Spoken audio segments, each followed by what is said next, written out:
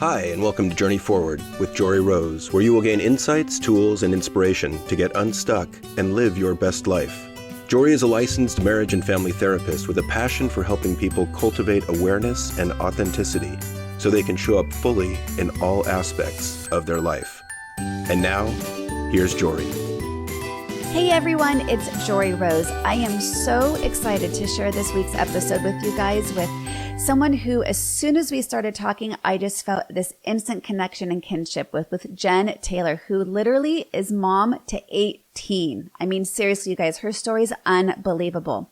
But before we jump into this week's episode, I wanted to remind you that we've got just over 2 weeks left to join the amazing Journey Forward to a Peaceful and Productive School Year Parenting membership that I have. Oh my gosh, you guys, so much incredible content to help you bring more mindfulness, not only into your parenting, but into all aspects of your life. Because as we know, COVID has brought so many extra added stressors into our world. It's affecting our home environments, our kids, as far as their school and their extracurriculars, and parents working from home. The anxiety and the stress is at an all-time high. And now more than ever is the time for us to cultivate the tools to bring more peace into our home so we can all not only live within greater ability to be present and to be less reactive, but most importantly, to manage our emotional regulation so we can actually be present, to focus and pay attention and learn and to communicate with one another effectively despite our stressors. So you guys, in the show links, you will find the free training video that will be accessible, teaching you 10 different tools you can implement immediately. And there is also the membership link in there.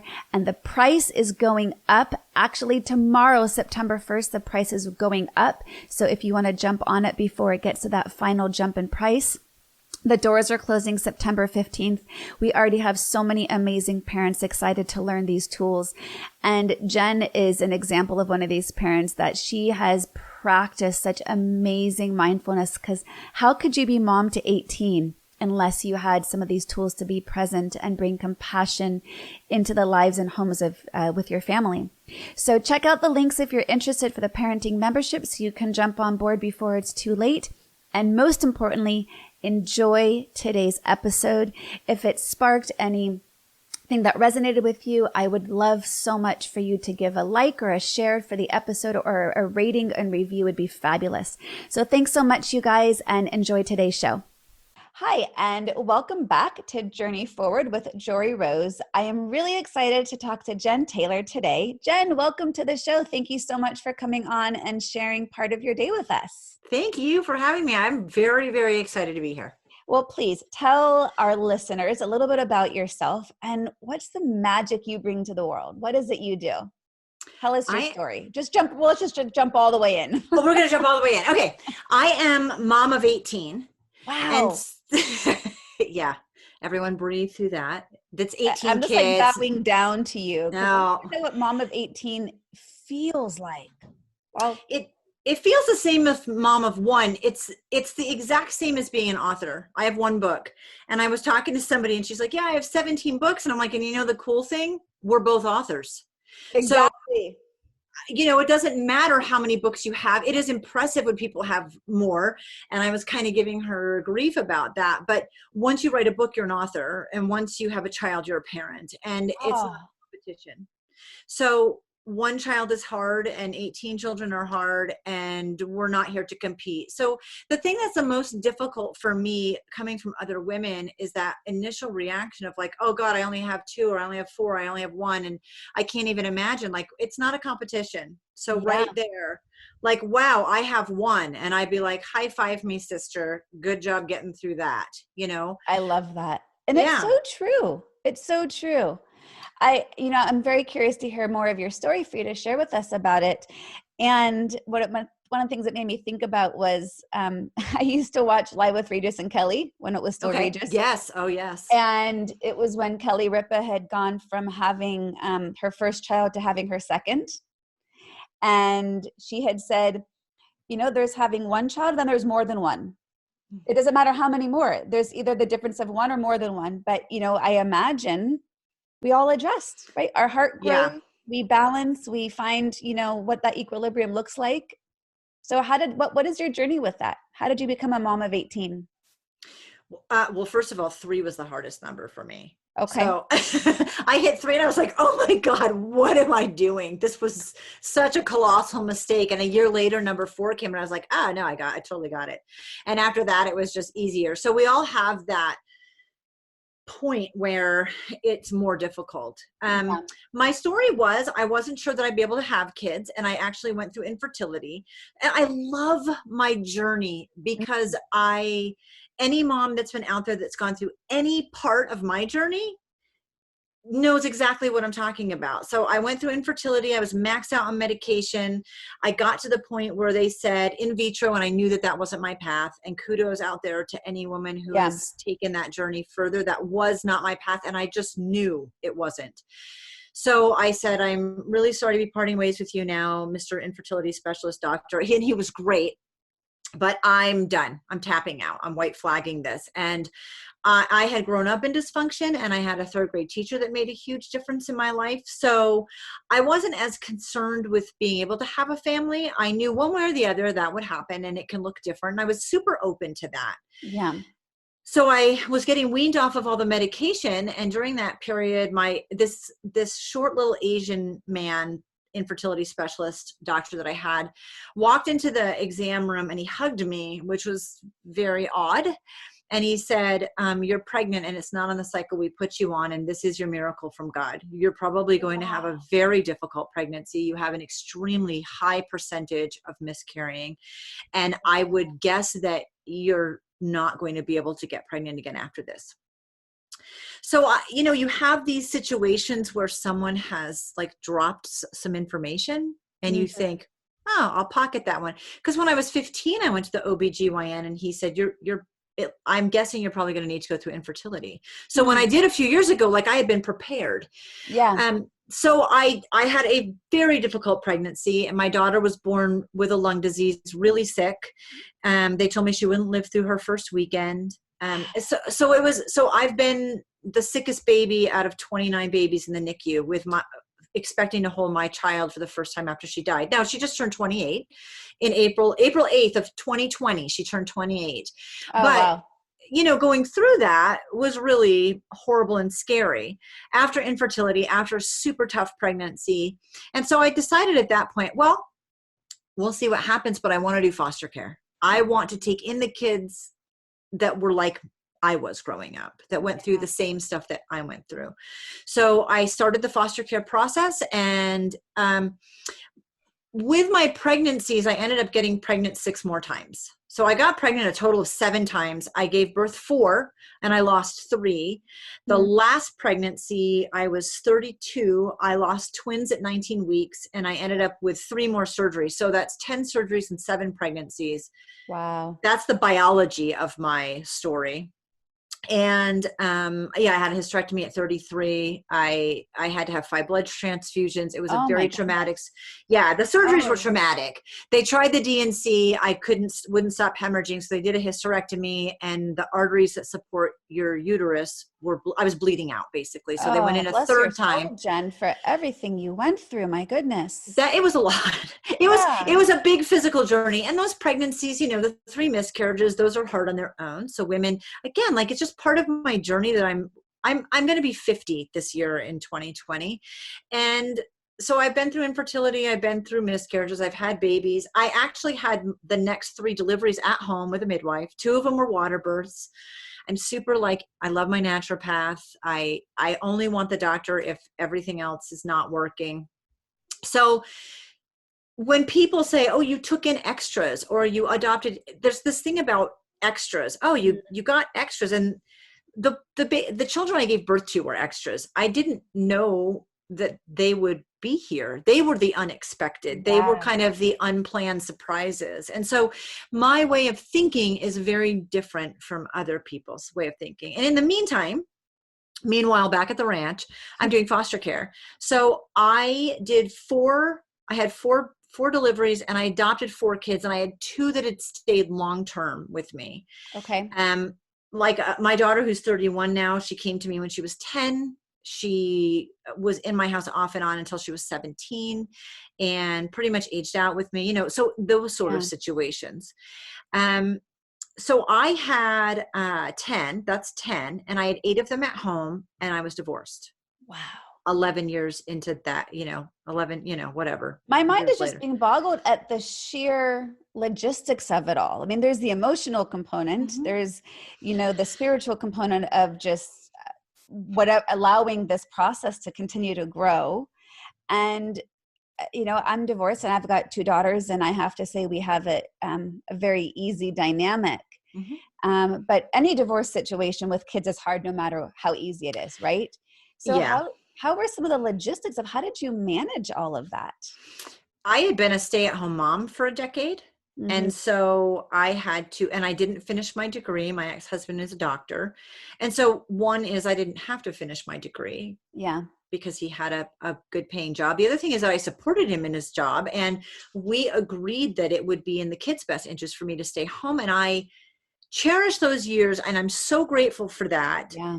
I would never take it back, but I got out of that marriage with no bachelor's, 10 years off, and 8 kids at home. So I worked 3 jobs. Wow. And here's the thing, regardless of the situations that we're presented with, we take the next steps forward. Yes. And here's the other thing. The attitude is the biggest thing. I chose my life and I loved it.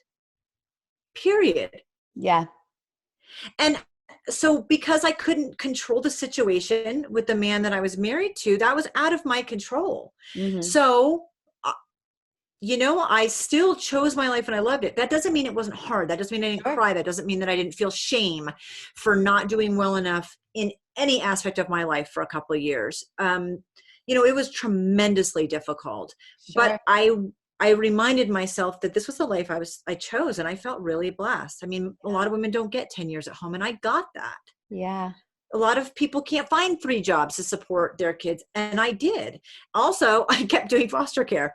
So I actually adopted 1 more, and I took in 3 kids that stayed very long term. So I ended up with 14 kids. What was the age range of them at that point? Oh my gosh. Let me see. When I had the 8 at home and I was divorced, they were 12 and under. So from 1.5 to 12, they were about 10.5 years that I had those 8 kids in. And then the kids that weren't in the house were a couple of years older. And then the kids that I took on were within that age. There was no one older than my 12-year-old, but it was between when she was 12 and like 16. It didn't happen that second. It happened over the next couple of years. So I had 14 kids, but 12 of them were 16 to 4 or 5-ish, right around there. Yeah, 5 to 16. So really condensed in age, where I had 3 kids in diapers and 2 kids always breastfeeding on one end. On the other end, I had kids graduating. So I was single with 14 kids, and my daughter, who is 28 now, when she was 19 or 20, introduced me to someone, and he had 4 kids and his wife died. Wow. So that's 18. And his 3 older kids were the same ages as my kids. So we ended up having 13 kids at home, and 12 of them were born in 10 years, in that 10.5 year span. And then some of the kids that I really have to think about their ages. 2 of the kids were a couple of years older. So my daughter's 28. So there's a 31-year-old and a 33-year-old. So they were a couple of years older at that point and not in the house. And then,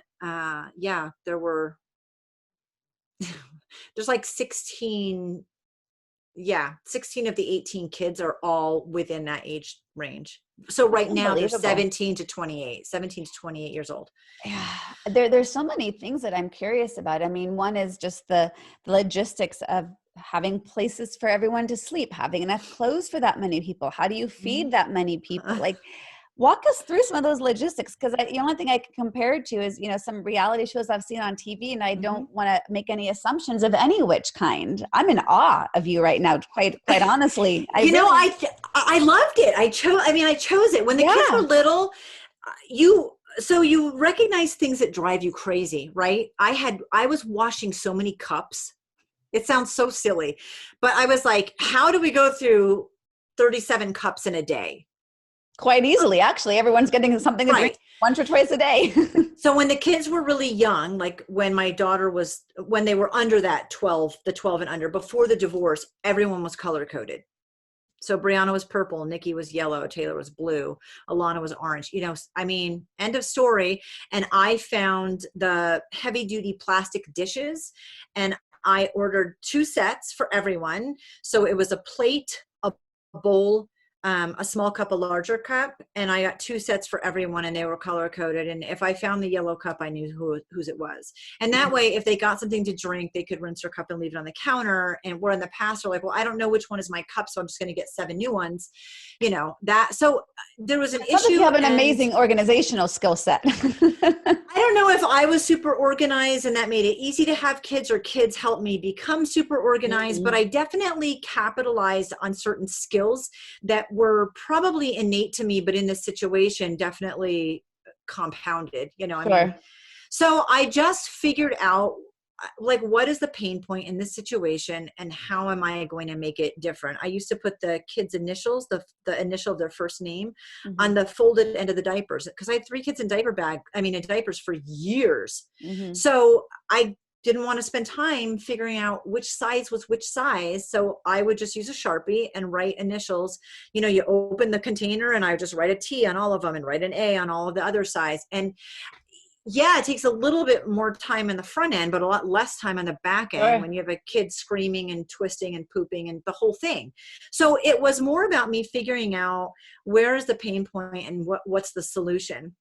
And I became good at that and thinking about things out of the box. And so, yeah, it was just one thing at a time. You just tackle it one thing at a time. It's not like, I mean, I had these kids in a short time span, you know. I mean, within 14 years, I went from 1 child to 18 kids, or, you know, I mean, roughly. And in 20 years, I went to 18, and 16 years, I had 14. It still was pretty quick, and they didn't all come one at a time. A couple of them came in pairs, but you know, you get a call about a foster child, and I wanted the kids I could keep. I wanted the kids that were free for adoption, where their parental rights were being terminated. I wanted them to know that this was the last stop for them. Yeah. And that was something really important to me. And I said no to more kids than I said yes to. And every phone call that I got, we had to make a decision, and we called it family council. And as the kids were old enough to sit at the table and put words together, they had a say in whether or not we should do, or what we should do, or how we should do it. And I have a different way of looking at things because of the situation. A bedroom is not playtime or homework time or desk time or hang out by yourself time. Rarely. It is beds and dressers, and that is where you sleep. That doesn't mean you can't do homework in there or have time by yourself, but it's a shared space. And yeah, when you have 3 to 5 kids in one room, the kids that have the most number in the room get the biggest room. And it was for sleeping. We used our family room for toys and art supplies, and the table was for homework. And we just had a different setup, I think, where the kids didn't have this bedroom to themselves that they got to decorate, and wasn't it a great escape for them? And I'm grateful for that. It was forced because I couldn't have found a house that had 10 bedrooms. Right. So it was great because it forced us to spend more time differently together and do things differently. So older kids shadowed younger kids. You need to read. She needs to be read to, that sort of thing. Right. We just got really, really good. My kids are great at sharing. They're great at helping each other. They're very close. There's 5 kids that all rent a house together right now. Wow. And I'm really grateful. I mean, it was that situation. And they really, really appreciate their own space now. I bet. And they really want to move out when they turn 18. And I'm ecstatic for them to be able to do that. It's time for you to start your journey. Yeah. So, I mean, that's how it worked. Dinner, you know, people are like, hey, this Thanksgiving, I have like 15 people that I'm cooking for. I'm like, that's every night for me, every night. And I did 99% of all of our cooking, kids' birthday cakes, like everything. That's one thing. If I didn't have to cook dinner anymore after 29 years of doing it, if someone wanted to be like, hey, Jen, I'd love to cook you guys dinner every night, I Yeah. totally let it go. Yeah. But I'm really good at it, and I got a good system. And I just, when things say family size, we needed 4 of them. Yeah. It was just a different way to look at it. Our grocery bill was always more than our mortgage. I And it can was more imagine. of a priority, so we ate as healthy as we could. I cooked as much as we could. It was a lot of work, and it was worth it. And so going out to eat or going to the movies, those were huge. It's $120 for us to go to the movies. Yeah. It's no like little trip. And we have a system. I'm telling you, we have a movie theater system. And I got a system for everything. Yeah, it's what you had to do. I love that the way you said it is, I capitalized on my strengths and my skills. Yeah. And it's really easy for I know there's so many moms who are listening right now who might even be feeling some shame in, oh my God, I'm struggling with 2 kids. I can't seem to get my life together. I can't seem to get the house organized. What's wrong with me? Mm-hmm. And there's something wrong with you. No. And I think sometimes when we make choices, or like you said, this is the life I chose. So it wasn't might have been a struggle at moments, but you also, sounds to me like, embraced the challenge to say, how can I best rise to this occasion for the best good of everybody here? Oh yeah. I love to embrace the suck. I mean, there are moments, and one of the things that I would say is, if you lined up my kids and asked them to tell you about my quota of mistakes, they'd all have story after story after story, right? But I did a great job, because we're not perfect. I think as women and as moms, we're way too hard on ourselves. Oh, yeah. And I think parenting sucks a great portion of the time. And I'm with a women's running group, and we were running, and she said, sometimes, Jen, I think my kids are buttholes. She swore. Yeah. Which, yeah. You can swear here. It's okay. Okay. She's like, I think my kids are assholes. And I'm like, they are assholes. And you know what? You are too sometimes. Yeah.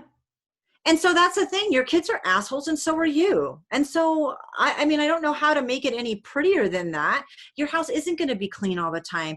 You're not going to do a good job all the time. You're going to let the TV babysit or the whatever. I mean, I'm also not in that mom's shoes that has 2 kids and feels like she can't keep her shit together, because I don't suffer with anxiety or depression. So I know that there are some things about me that are different than that mom, right?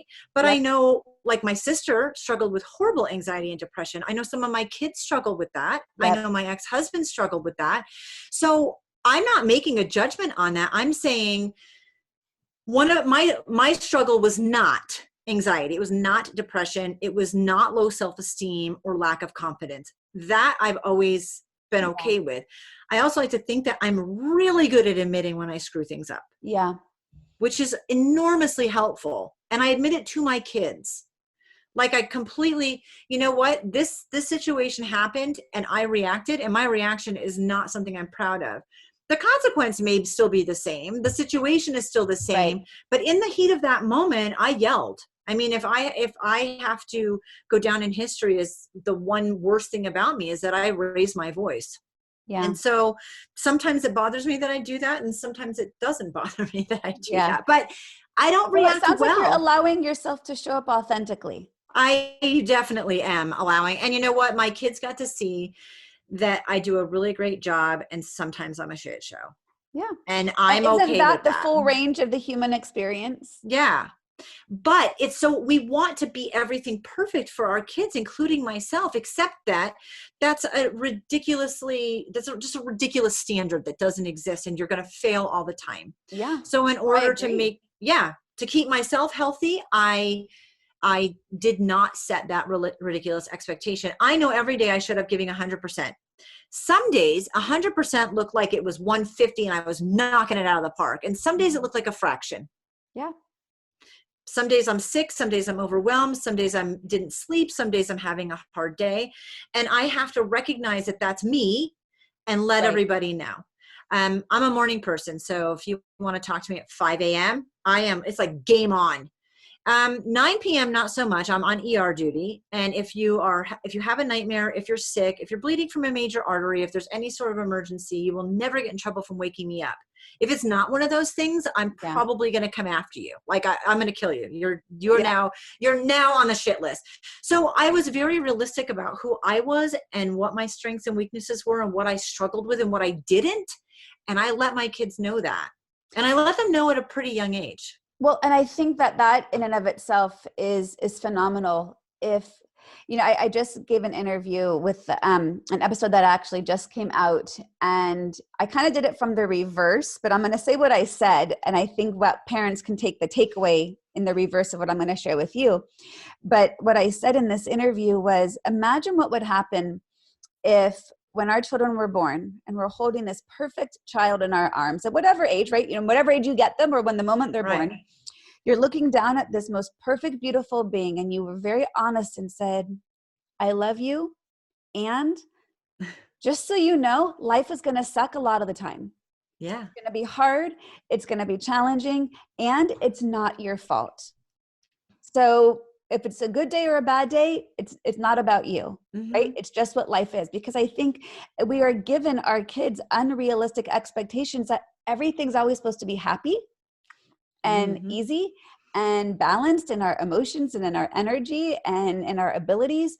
And what a gift it would be if we told our kids from day one, don't expect that.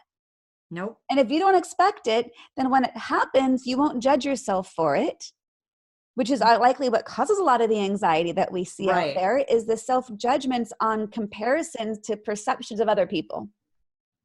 So what I love what you've done with your kids is, kind of the inverse of that is for you to show up to them and say, hey, this is the real me. And it's honest and it's real, because by you doing that, you then role model and give them permission to be authentic. And I want them to be, because there's a lot of tragedy that happens. I know, coming from a really dysfunctional background, I wanted to make a difference to these kids.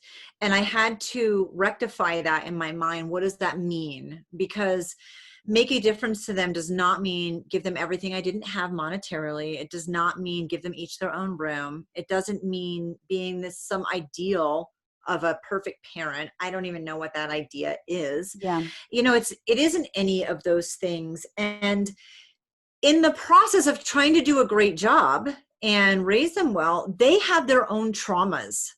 They get bullied in school. They have sexual assault. They have someone in the family that's physically abusive. They have these things that happen where I think, oh my God, like I did all this to make a difference in a positive way. And then all these other things happen that are the exact opposite of that. But I didn't do those things. Those are things that are going to happen to our kids because they're human beings.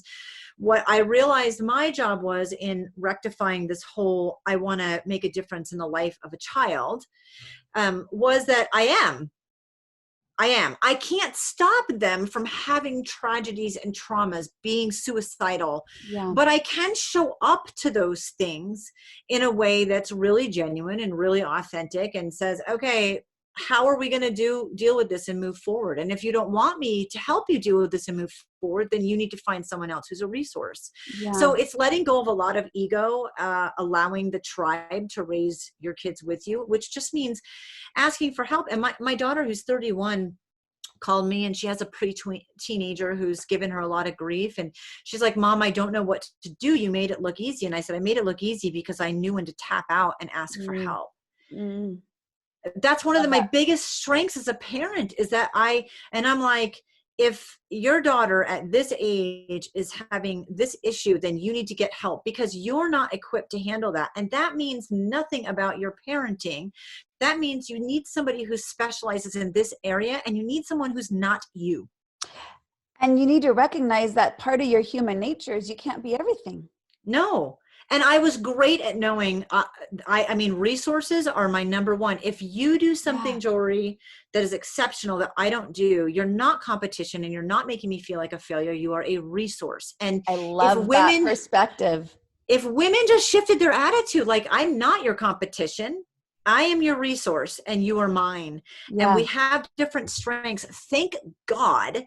So find the people that have strengths that are different than yours. And sometimes that means peeling your child off of you after a suicide attempt that was not successful, thank God, Hmm. and handing them over to a 10-day program, screaming and kicking and sobbing and saying, please don't leave me here. And looking at the nurse and saying, I'll be back in 10 days, which I have done.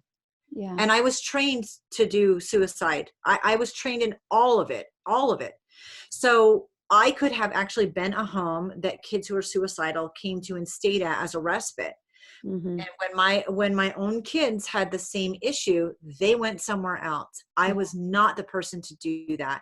And that said nothing to me about my parenting, except thank God I was willing to find resources and know when I needed someone to help. I think And that is such beautiful wisdom and advice for everybody out there, no matter where you're at in your journey and what it is in your life, whether it's parenting, whether it's in your career, mhm, whether it's your own self-care, knowing I it almost to me reminds me of the serenity prayer. yeah, Right? Know what you exactly. can and cannot control. And then the things that you can't, know what to do about that without shame or judgment or self-criticism.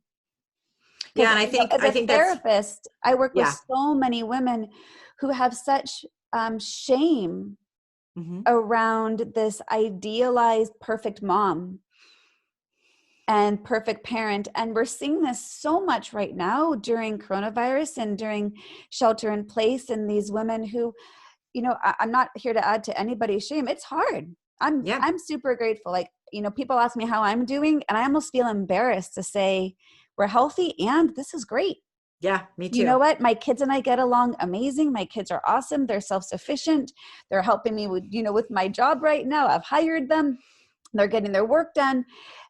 And that's not to say, I'm quote better than anybody else. That just means every person's dynamic is going to be different. But the amount of shame by comparison that Hmm. is out there is so huge.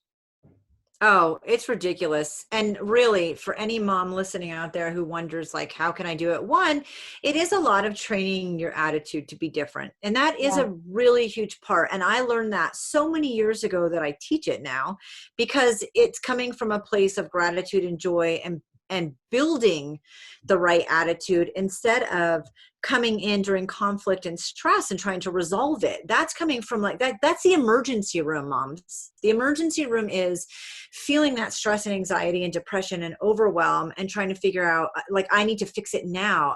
I'm much more preventative medicine in my thought Yep. process. Yep. And so I think that that's one huge thing that people can do to change. It doesn't take a lot of time or effort, but they Yeah. have to make it a priority. And the other thing is that I'm a great mom because I'm really awesome at finding resources and knowing when to ask for help, Yeah. because I don't feel any shame surrounding that.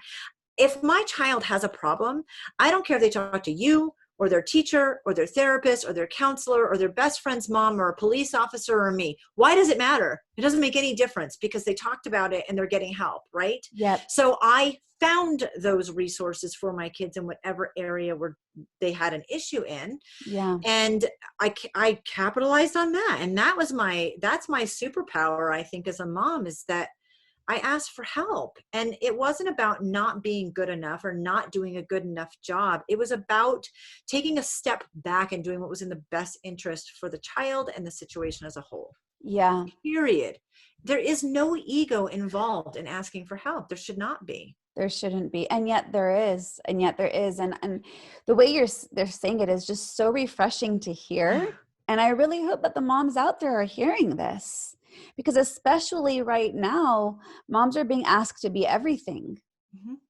And it's okay to not be everything. And it's okay to let go of the ideals and expectations of how you thought it should be or what you wanted it to look like. And rather, I just turn to acceptance. Can we just accept that this is what it is right now? If I can accept and allow what's arising this moment, then I release the Mhm. judgment and expectation and of attachment of how I thought it was supposed to be.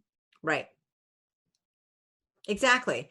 My life I didn't expect to be divorced, and between my ex-husband and Dane, there was another relationship in that 8-year interim that also didn't work out well. I mean, it's not like everything goes great, and it's not like sometimes your kid's the asshole and sometimes you're the asshole. It's the same thing in relationships. It's the same thing with everything.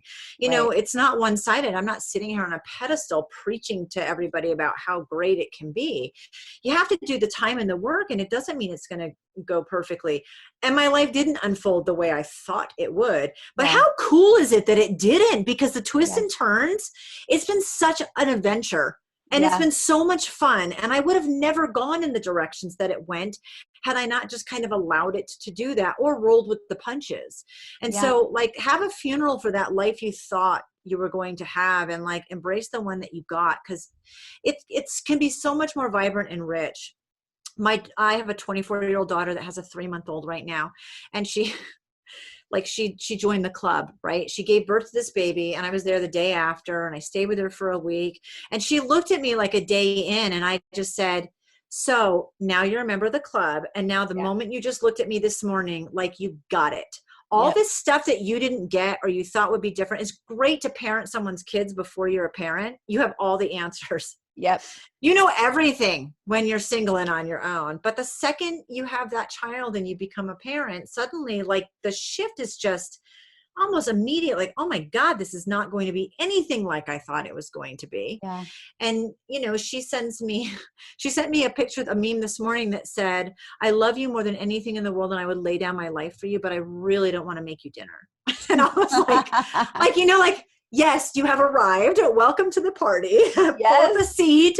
You know, you're now a member of the club, and all moms can relate to that. It's just, I die for any one of my kids. And some days I just don't care about making you dinner.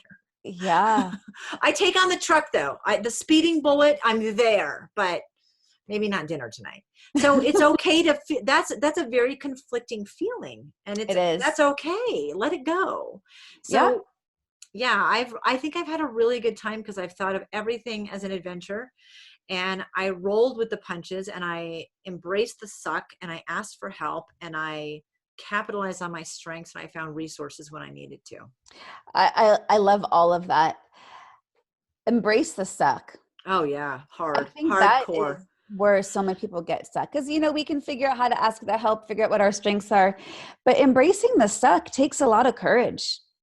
Yeah. And it's hard. And it's scary, and it's not fun. And you cry in the shower. I cry in the shower. If you cry in the shower, you can join me in the shower. We'll cry together. Yeah. I mean, you know, it's really, really hard, but if you can really lean into it, there's another side. I can tell you, I personally have 100% success rate getting through really crappy days. 100%. I've gotten through them. I say the same thing. I say to everybody, like, you guys have 100% success rate of getting through everything you never thought you could. Yeah. So I am convinced. I knew we had great minds like this together. Yes. Yes. I am convinced that when the suck happens, I'm going to have 100% success rate at getting through it. How that happens, and where my emotions are, and what my attitude is, and how much of it I can control. But I'm really good at figuring out, okay, what in this can I control? And what can I not control? And the things that I cannot control, I have got to let go, because it is not worth my time and energy. And the things that I can control, then, okay, what are the steps to take this? Because you can't eat an elephant in one bite. Sometimes there are steps to the process, you know? So in the suck, where I have control over it, what can I do? And what are those steps? And I'm not talking about vision boards and goal setting and writing down, like, just in the heat of the moment when things are shit and you're crying in your shower and you can't imagine getting past it. Yeah. That moment, take a breath and break it down and figure out, what do you have control over in this? And then what steps can you start taking to have a forward momentum? Yeah. And forward momentum doesn't mean you get out of the suck immediately. It means you're moving in a direction. That's the journey forward. That's exactly, you know, as I talk about it, it's, even if it's a 1% shift, it's that forward motion. It doesn't have to be big for it to be significant. No, as a matter of fact, that's the theory of compound interest, which is what I use in everything that I do. It's the small daily actions. And I said small, and I'm going to highlight small. Small daily actions that you do over time Yeah. that show compound interest, right? Compound interest is everything in your life. It's in the friends you have. Are they building you up in a positive way or a negative way? If it's negative on social media, delete and block and move on. Like, don't Yeah. give it any of your emotions. Emails that you don't want to get in your inbox, unsubscribe. Like, I'm telling you, it's in everything, compound interest. And if you don't want to get your inbox full of crap you don't want, take daily actions to unsubscribe. And if you take that same theory and everything negative in your life, but then you take it and you do some positive things in your life, Right. you have the theory of compound interest working for you, with your friends, with your inbox, with the people that, everything, with your attitude and where you're coming at from a place of gratitude. I absolutely love that. And I think that's something someone can really, right now in this moment, start to do. Yeah, no matter what. And as we're recording, we're in COVID-19, but if you listen to this in 2 years, and hopefully we're not in the middle of COVID-19, it doesn't matter. Although the suck may be more difficult. Like, you and I have the same attitude. Quarantine and this whole situation is affecting me 0%. Mm-hmm. 0% physically, because I work from home, so nothing's changed. I've homeschooled my kids before, so I was like, cool, another opportunity to homeschool my kids. Let's do it. No big deal, because I had a good attitude about it. And it's not affecting me financially, and it's not, but I know that it is for a lot of people. Just the financial part that you don't have control over. Yeah.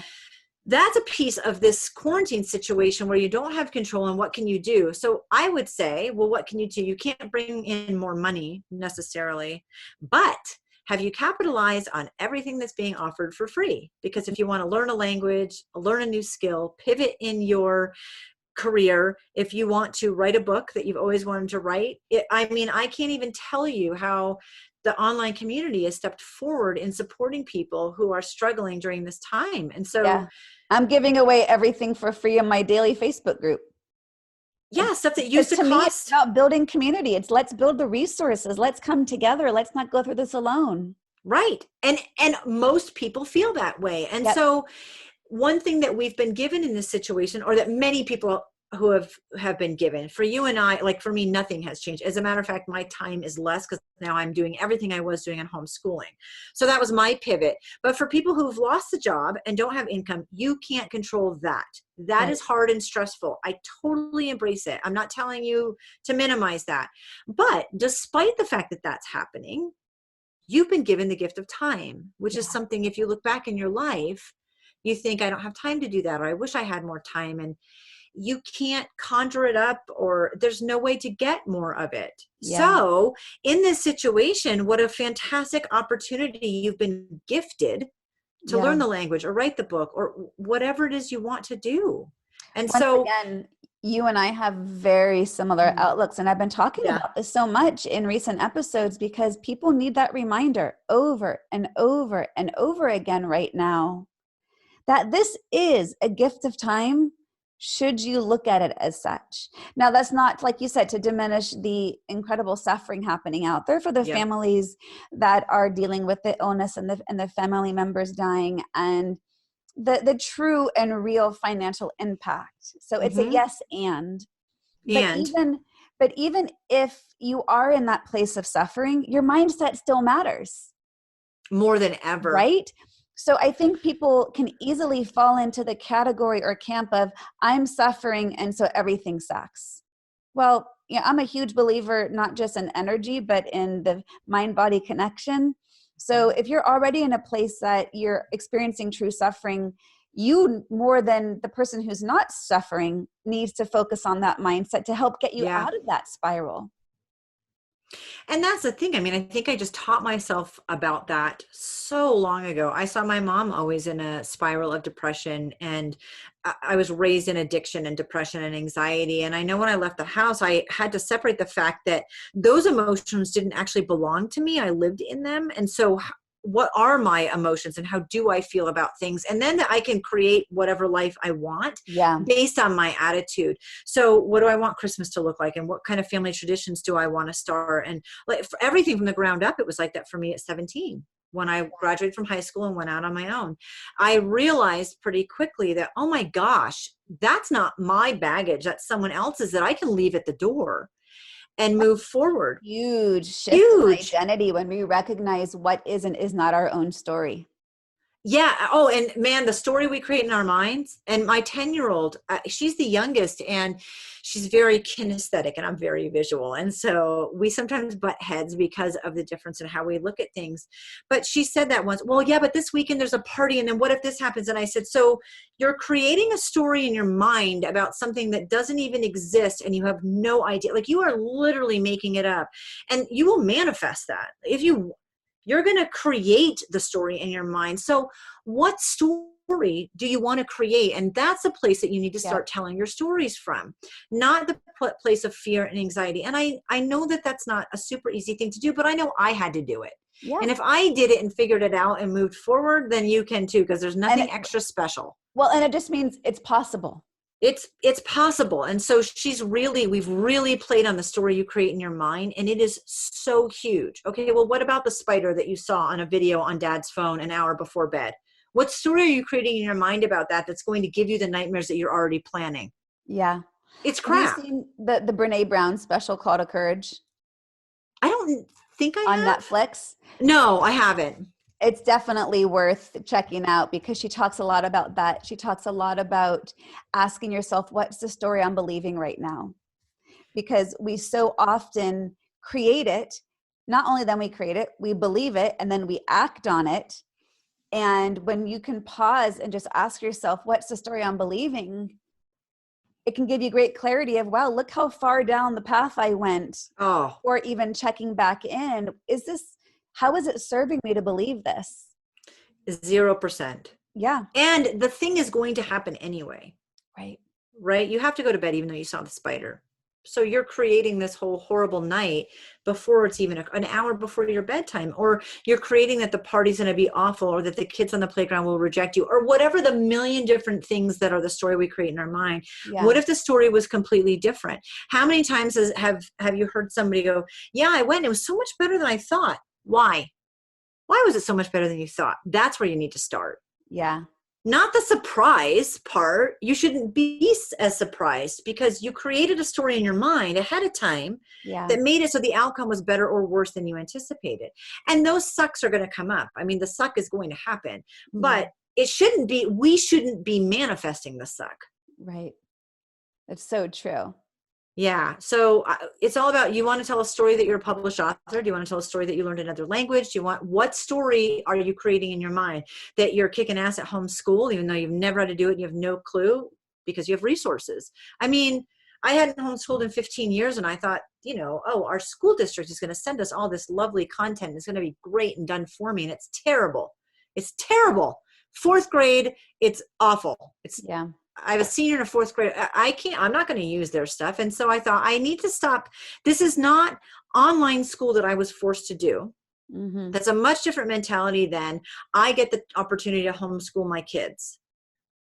Very different camps. Yep. So if I have an opportunity to homeschool my kids, well, then I need to step into that story. What does that story look like? Looking online at Facebook groups for homeschoolers, thinking about everybody that I know that I think might homeschool and reaching out to that people. Mm-hmm. Looking online for free curriculums, because now everything is a free curriculum. You can get stuff that, like, I would never be able to afford some of the homeschool packages that are now being offered for free. Yeah. Okay. And putting your ear to the ground and finding stuff out and finding that app and whatever it is. Man, the world right now is ripe with opportunity for you to be able to do well. But the mindset was, everyone is going to have to online school your kids. It was something we were forced to do. And if you're coming at it from that mentality, it's going to be terrible. It's going to be a disaster. I was working with one of my clients, and she had said, my daughter and I don't easily get along, and I'm not a good teacher. And I said, those are some really old stories that the universe right now is giving you an opportunity to reframe. Because if you stay stuck in those stories, I guarantee you it's going to really suck. Yeah. But if you can say, my daughter and I in the past have not always gotten along, and we are looking for new tools to reconnect, that's accurate. Or you can say, my profession was not to be a teacher, and right now I can sit and learn to do homework with her in a new way. Right? Like, we can reframe these to be really present while still naming where you're struggling, but not letting it stay there and stuck and define you. It's interesting also, depending on the age of your kids, And if they're younger, you're not doing as much actual content with them. But my daughter, who's 10 and in 4th grade, I sat her down and I said, there are times that we butt heads. So I want to look at ways that I can teach you better. So I'm going to search kinesthetic learning, because I don't learn that way and therefore I don't teach that way, to make this a better transition. And I want you to use this whiteboard and write out your entire schedule Monday through Friday of how it was in school. And then we're going to look at how much time and how often you have music and art. And we're going to look at what your favorite things are and what your least favorite things are and why. And so she set up the whole schedule and she gave me the information I needed, because she told me about what she struggled with and what she liked, and when she liked something, what was it about it that you liked? And when you didn't like something, what was it about it that you didn't like? And how could we tweak those things or capitalize on them? Yeah. And we set her whole schedule based on that. And, today she woke up and she's like, some days I don't feel like doing school.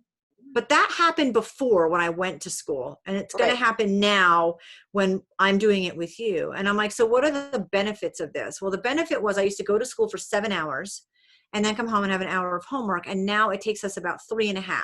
And you let me have breaks. We always walk the dog for a half an hour before we start. And then we do it. We take a break for lunch, and then we finish. And we start with the stuff that's hardest because it's done. Right. And so, I mean, really, the kids will show up and give you the answers. Like, here you are, wrapped in a bow. If you just ask them to take charge of the situation, and then you figure it out. We downloaded probably a dozen apps. And one day I was like, all right, we're going to sit down and like open up all the apps. And there were apps where we open it up and she's like, okay. I'm like, push some stuff. We're not breaking it. Like, let's just go with it.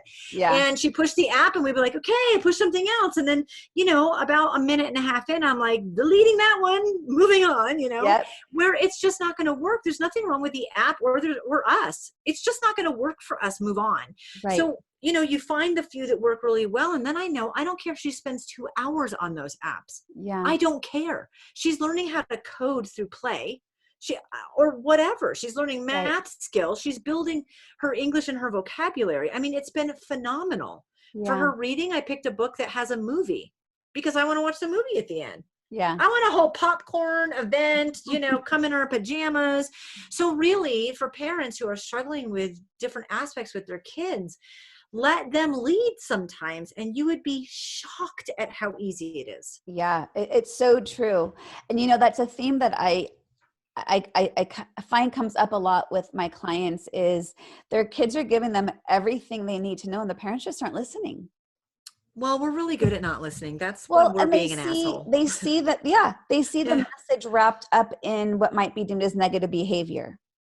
And think because what the kid is telling them is wrapped around negative behavior, what the kid's feeling must not be true because the behavior is undesirable. It's like, nope, they're still telling you exactly what they're needing, even if they're, yelling at you or acting out. If you actually put aside that behavior, everything you need to know is right there. Yeah, they have it. So what about this math do you not like? I mean, we pulled out math and she was frustrated with it. And I was like, okay, back up, because math's going to be frustrating. Let's do it the least frustrating way. And so I just found a different way to do it. It wasn't about that math being bad or me being a bad teacher or her being a jerk or emotional or behavior. It wasn't anything about that. It was just not, you can square peg in a round hole all day long. Let me know how that works out for you. Yeah. I'd prefer to not do it that way. And really, if you're talking about kids, they will give you like take a step back and time out and let's approach this from a different way. And it's astounding. And I have all day to homeschool, although I don't have all day to homeschool, just like everybody, And so we can take a 10-minute break and go shoot hoops in the backyard for basketball, just to like not do that one thing for a while. It's not a big deal. I'm still getting done 8 hours of work in 3.5 hours. So when she's like, well, I'm kind of tired. And I'm like, well, look at the clock and tell me what time it is. Okay, so it's been 3 hours and 15 minutes. Would you prefer to go back to 8 hours? Because, we can stretch this out if you'd like. Yeah. And no kid wants to do that. Yeah. So it is about attitude. I think a lot of the things I think a lot of things are going to come up from this quarantine period. And we'll know because I said it. And when this launches and people listen, I think there's going to be a baby boom. Mm-hmm. And I think there's going to be a high divorce rate. I think there's going to Absolutely. be higher domestic violence. All of the negative Yep. aspects of relationships are going to increase, social services being called and the rate of child abuse. But I also think a lot of great things can happen in the midst. You're also given an opportunity, again, of more time with the person you're in a relationship with, for example, Yeah. if you're in one. And I talked with someone who's a therapist, and she's like, the divorce rate and people getting upset. There's an attorney on the radio saying, oh, everybody wants to file stuff in court, and now is not the time to air your dirty laundry. Yeah. That sort of thing. It's also a time for us to reconnect. And I understand that maybe we go through the motions and we work so many hours and we have kids and we're on autopilot, that now you have more time with this significant other, this partner, and you're like, man, I don't even know why I ever dated this. Like, what a jerk. How did I end up with this person, But it is definitely the time to go back and figure out why that was and reconnect too. And so again, we have the opportunity to have it be kind of disastrous, and we have the opportunity to have it be the complete opposite. And Yeah. a huge part of that is our attitude in moving forward. So, we can do with this situation what we want, but we can't control the situation. Absolutely. You and I are so aligned in that outlook, because I really feel that the gifts of the wisdom are right there in front of us. So what are we going to do with it? Yeah. And can we harness what needs to be planted and seeded, and seeded and planted and grown? Can we harness that once we go back to busyness? Because there is going to be that honeymoon period. And Yeah. so I'm really curious to just add on to what you were saying, to be able to take all those good things that we have the opportunity of really being with, the connections, the sweating the small stuff, to really get some habits that get us off the busyness, that get us off the comparisons of running someone else's race. And I'm be really curious how society as a whole manages when life, quote, goes back to normal. I hope it never does. I hope that we have learned to bring businesses online in a bigger way because we had to, and that's a really great, inspiring community, and that you don't need necessarily the office space or as much office space. I mean, I really hope that people, and I'm a minimalist, so I'm coming from a more minimalistic perception, but also that is a huge way to reduce stress, because it's not just about how many pants do I have, or how many t-shirts do I own. It's really about reducing the noise around you. And some of that's your stuff, your belongings, and some of that is your work hours and your work environment and how much money you're spending. I mean, we don't even go out to eat very often, and we realize, wow, we're not spending money on that at all. I know. Just yesterday, I was coming back home from walking my dog, and my two neighbors were outside sitting on opposite sides of the street on the sidewalk. And we sat talking for a few minutes. And one of them said she's able to work from home now, and she had otherwise been commuting 4 hours a day. I hope And it my doesn't other go back neighbor, to who normal. was sitting Yeah. across the street, said his commute is between 2.5 and 3 hours each day. And they were like, I hope I never have to go back to that. And I just thought, especially for people who have had that dramatic of a shift, because like you said, my life hasn't changed all that much. I mean, I have a Right. private practice, but I go down to my office. I can literally leave my house 3 minutes before a client and get there 1 minute late. But I can leave and go home in minutes. So it doesn't feel like I'm going to the office, so to speak, even though I miss my office space. But I can't imagine having 4 extra hours in your day that is not, in a car, on a train, amongst crowds, amongst anxiety and stress and busyness, and feeling guilty for not being at home and guilty for being late to the meeting. Like, it's just, how many people might be able to just exhale right now? Yes. And conversely, how many people don't know what to do with the exhale? Well, I think that's huge, but what a gift. Okay, so how exciting. I bought a guitar 2 years ago, and I had wanted to buy a guitar for probably 15 years. And I finally I had enough money from a tax return that I was like, I'm going to spend this $260 on a guitar I can't play. And one thing that I knew I would not be able to afford the lessons for a while. Like, that wasn't a priority, but I have the guitar. It's stuff like that. Yeah. that like, what do you want to do? I want to take this bartending class. Now I don't have more time. I actually have less time. So it's not super helpful for me right now. But if I can purchase the bartending course because the rate is so reduced, then even if I don't start it till June when school's out and I'm not homeschooling. Yeah. I mean, there's so many opportunities, and yeah, maybe you don't know what to do at that time. And a lot of people are talking about binge watching Netflix. Like once you get that out of your system, what do you want to be when you grow up? Yeah. What do you want to do with this time? I mean, holy cow, what a freaking gift. Yeah. And it's a gift of time and money, not in the fact that people lost their job and have less income, but that things aren't costing nearly as much, if anything, to be able to do. So no, it doesn't fix your money problem, but it's also not detracting. It's not a negative in your bank account either. Right. So like now's the time to take the guitar lessons and learn the language and stuff. I can't imagine commuting 4 hours. Neither could I. I can't imagine it. But now you miss your office space and you're more intentional about it. I think if we can be more intentional with what we do and how we do it, and realizing that we don't need a whole lot of things. So one, those are really exceptional gifts when we do them. Yeah. And two, maybe we want to cut a bunch of crap out. Yeah. That might be a good thing. And we can continue to maintain that. Yeah. Yeah. Agreed. Jen, I could talk to you for hours.